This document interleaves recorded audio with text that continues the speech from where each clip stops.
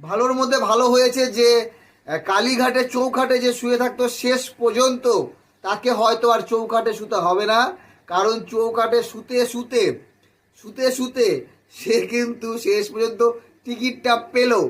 তমলুক থেকে তৃণমূল কংগ্রেসের হয়ে টিকিট পেল দেবাংশু ভট্টাচার্য। হ্যাঁ, তমলুক থেকে দেবাংশু পেল, কিন্তু দেবাংশু যাকে দেখে বড় হয়েছে, যাকে দেখে কথাবার্তা বলে, মানে আমাদের কুণাল ঘোষ, তাকে টিকিট দেওয়া হলো না। এইবার কেউ বলবেন না যে কুণাল ঘোষ টিকিট পায়নি আর দেবাংশু টিকিট পেল, ঠিক কি কারণে? আমি তো গর্ব করে চটি চাটি, আমার কোনো অসুবিধা নেই।